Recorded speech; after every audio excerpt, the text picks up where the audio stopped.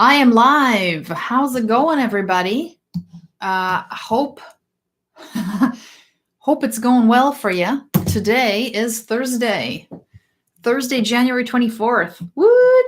How's it going? Okay, so today we have this question, and of course I'm going to have to paste it in two pieces. I will stop complaining about this very soon. Okay, so here is the question, and it's super awesome too. I love this question. Okay. I'm going to have to paste this question in several pieces. Here we go. How do I post? Hello, here we go. There. Let's get the second one going here. Okay. This person's question was absolutely awesome. Here we go. It's Alejo. Alejo wrote this. I hope I'm saying his name right. I think it's a he. Sounds like an Alejo. All right. Okay, cool. So this is what Alejo wrote. He said, how do you balance between the scenario veracity and its complexity? So in order to have the commitment of the learners, this person is pretty sophisticated in their scenarios. In order to have the commitment of the learners, they need to understand the scenario and feel identified with at least one of the characters. I could reach this by making it too close to reality. But on the downside, if the scenario became too complex, and many learners never got the point.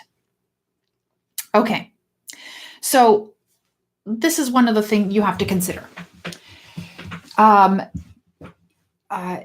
And I think the reason this is a good question is because we sometimes overlap context, which can be complexity, with relatedness, and those two overlap, but they're not necessarily. They overlap, but they're not exclusive of each other, because you can have a very relatable character like a space person in space, but have no context to our lives, right? I'm never going to become an astronaut. However, when Sandra Bullock is flying through space and I know she's never going to see her daughter again, I empathize with her. I care about her. I know I'm never going to make it to space, though. I don't really want to. It's so cold. It's so cold and dark. Never ending. Anyways, that was just seriously, never, ever would I be like, yes, please send me to the moon, even if I got a free ticket. Not going. I love Earth. Anyways, so where was I?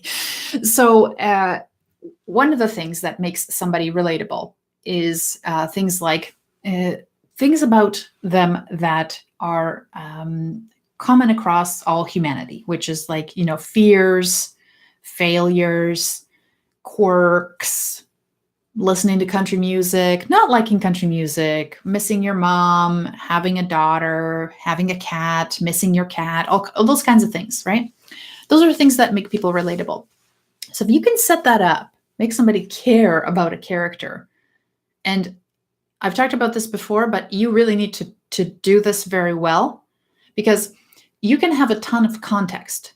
And really, when you think about it, let's say there's a ton of training out there that already has lots of context, right? Oh, this is exactly what I'm going to be doing on the job. But maybe I'm helping, you're helping the new person, Jane, become the super automotive expert in this, whatever she's doing, right, on the factory floor. I get it. Like, the context is very clear for me, but I might not care about Jane because I just don't. She's just a made-up character that you made up. You've taken no time to refine her for me. You've made no effort for me to connect with her or care about the decisions because there's no consequence. I am a story-based creature, so you have to set it up for me. So Jane, what does she do? What does she like? Why is she there? What's her goal? What's her struggle? All those things, those matter to me. Then let's say, and this is where we get a little bit mixed up, because I think what happens is because we overlay context with relatedness, we think that also especially if we're looking at a very complicated process, which there are quite a few very complex processes out there. Even if we're talking about emotional skills, or let's say you are you're a doctor and you're trying to discover, like a psychologist or something, or a psychiatrist, you're trying to discover something about a patient. That's a very complex process, right? Of questioning, and it might look really complex from the outside. So if you've set up the character, just do that first. You set up the character, and then that process, which needs to be contextual because you're training people, but also needs to be detailed and complex enough to actually have somebody relate to it in a way and actually gain value from it. What you do is, one of the things you have to figure out when you're first doing your analysis is, where do people really mess up?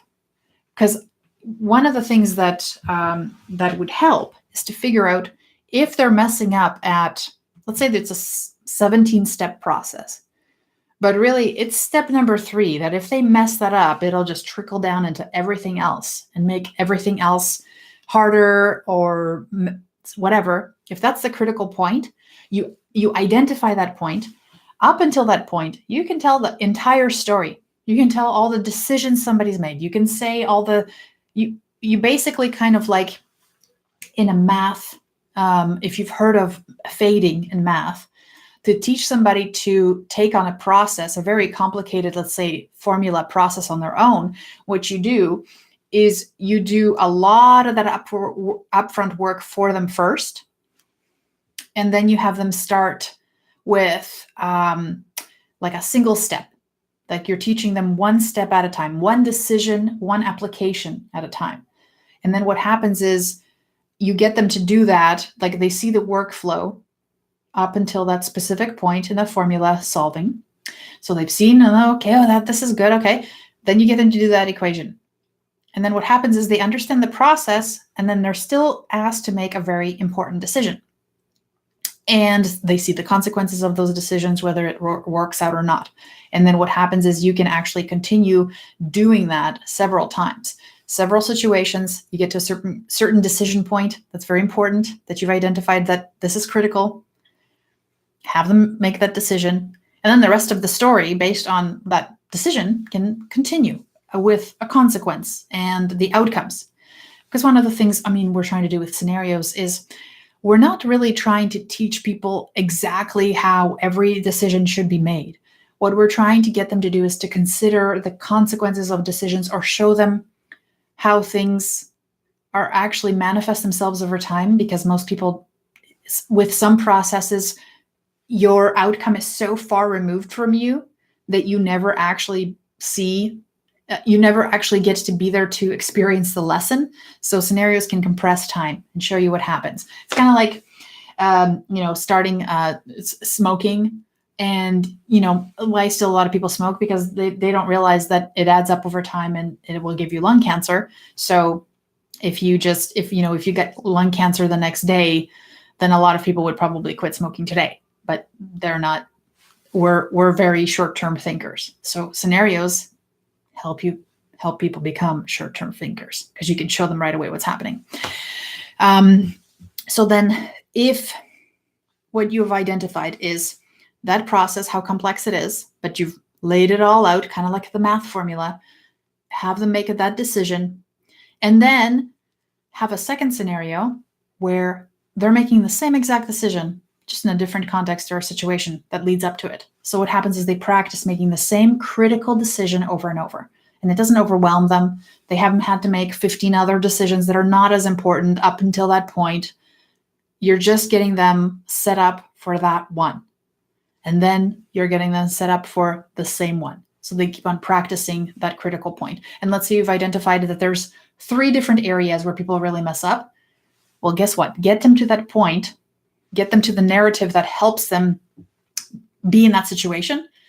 And then you can help them explore in a safe place what it's like to be in that, what it's like to be in that specific space. Vince, thanks so much for joining me.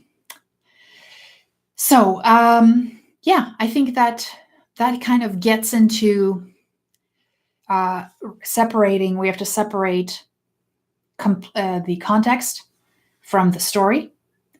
And then what happens is, I think that when you start unpacking these things, then it becomes more manageable. So especially because as instructional designers, as e-learning developers, we are not the experts, and that's fine. That's actually optimal. I've talked about this too. I had a little bit of a rant. Well, it was a helpful rant that I posted, but it was really about the fact that you can't pretend that you know the process, because you're not the expert, and you don't ever want to become the expert, because you stop asking novice questions, and then you stop deconstructing things to help somebody else get that idea. Like, one of the things I always talk about when you think about how experts compartmentalize things and keep on shrinking them down into smaller systems is, I recently learned how to drive. Yes, it is. And it's funny because in some places you're like, that's not a big deal. But where I live in Canada, it's a big deal, because everybody, like, especially in Manitoba and things like that, where I used to live, everything is such far away distances that you basically need to drive. But I didn't. I refused. And I also lived in Vancouver, which driving is actually a detriment, because what it does is it makes you slower, stressed out, and also then you have to pay for tons of parking. Their public transportation and SkyTrain system is amazing. So one of the things that happened was that I would be trying to learn how to back out of the driveway. And for me, like, my teacher would say, okay, just, back out of the driveway. For them, it's a backing out of the driveway is a single action. For me, as a novice, backing out of the driveway is looking in the mirror, looking in the side mirrors, putting my hand over the back seat, putting my hand at the very top, putting the thing in reverse, right? Looking behind me, looking in front, looking behind me, watching the side posts. Like, there is so many pieces to backing out of the driveway. Like, it's like 15 pieces. And so if you are a longtime expert, for you, that's backing out of the driveway. You don't think about all these details. But for me, it is not. For me, it is 15 different steps. So that's one of the things we have to consider when we talk to experts, is we have to continue maintaining this fresh mindset, so that we don't start amalgamating steps.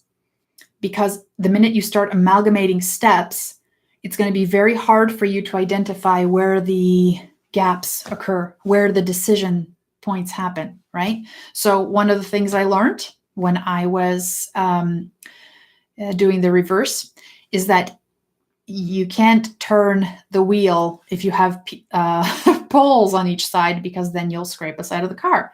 So there's so many things going on at the same time, right? So you have to find out where those pieces are, and you cannot do that if somebody says, if I say, okay, so what's the first thing you do? And they're like, you back out of the driveway. And I'm like, okay, right, what's next?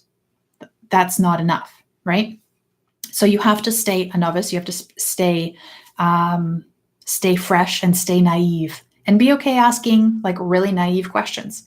But then how that relates to this is, when you are then an outsider looking at a process, you have to get comfortable picking things apart and unpacking them into the right elements, because if you don't, that process will look extremely complex and overwhelming to you. So what I suggest is the idea of the character, the idea of a story. That is it's an element that you overlay after you've identified the problem first, after you've identified the opportunities where better decisions could be made. And once you've got that tightened up and it's perfect and you've got it outlined, and you can say, if somebody made this decision better, and if we just help them practice make this decision better 6 or 7 times, then you can start wrapping a story around it or a narrative, and then you can add your character. But until you have that goal, where they're starting, where they're going to end up. Before you have that, do not start thinking about story, because that's what happens when you start thinking about the story that you want to have in scenarios. What happens is you end up with themes. That story ends up driving your narrative or your decisions instead of the decisions driving the narrative. Decisions are the most important thing in your scenario, because that's what you're helping people practice. So don't start with stories, and don't start with, like, when I say stories, I mean like themes, because then that's when you'll end up with like the pirate theme and everything will fit into a pirate story. It's just that dilutes your message. It dilutes the goal. So you want to start with, what's the goal? Where do people make mistakes? What are those, and what's that difference that I want to see in somebody? What's their transformation? What are they going to be able to do or think or believe at the very end that they didn't when they were started? So that alone, just understanding those things, that will actually help you also craft a really good story and a character's transformation, which is essential to a good story. So I hope that was helpful to you. And if you have any questions, please post them underneath the video. If there's other time zones that you're like, oh, I wish I was live with Anna because I would have asked her all these questions if I was there, post it underneath the video. Maybe I'll be able to do it.